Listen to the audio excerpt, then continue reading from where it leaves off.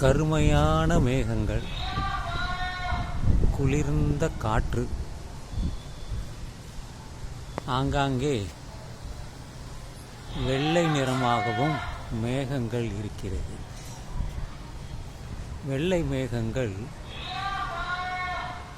ஒளியை ஊடுருவி போகிறது.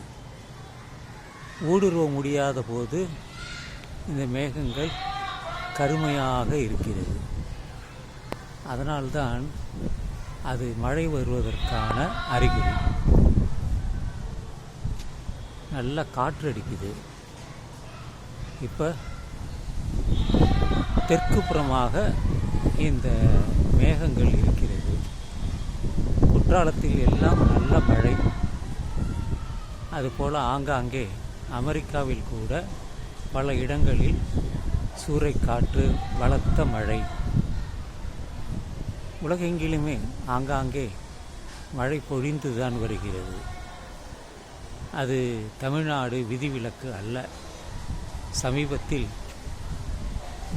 புதுடெல்லியில் பலத்த காற்று மழை. வானிலை அறிக்கை நமக்கு நன்கு முன்கூட்டியே தெரிவிக்கிறது. மழை கண்காணிக்கிறார்கள். ஏனென்றால் சேட்டலைட் மூலம்தான் பல வானிலைக்காக சேட்டலைட் இருக்கிறது. அது படம் எடுத்து அனுப்புகிறது. அதன் மூலம்தான் நமக்கு இந்த பூமியே பந்து போல இருக்கிறது, நீல நிறமாக இருக்கிறது என்பதெல்லாம் தெரிகிறது. அப்படி எடுத்த படங்கள் தான் இன்று பூமி உருண்டையாக இருக்கக்கூடிய படங்கள். இப்பொழுது மணி இரவு 6:05. இன்று நடைப்பயிற்சிக்காக மொட்டை மாடிக்குத்தான் வந்தேன். வந்தபோது தான் இதையெல்லாம் பார்த்தேன். பார்த்து அப்படி வீடியோவாக பதிவு செய்கிறேன். அதே கீழ்வானில் கூட நல்ல காற்று. அநேகமாக தெற்கில் தான் மழை பொழியும், அப்படித்தான் தெரிகிறது.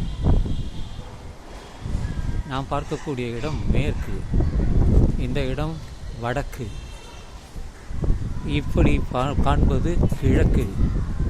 ஏனென்றால் மேகங்கள் உற்பத்தியாகும் இடம் கடல்தான்.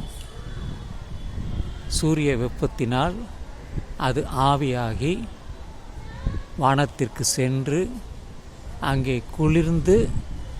குளிர்ந்த காற்று வருகிறது, மழையாக பொழிகிறது.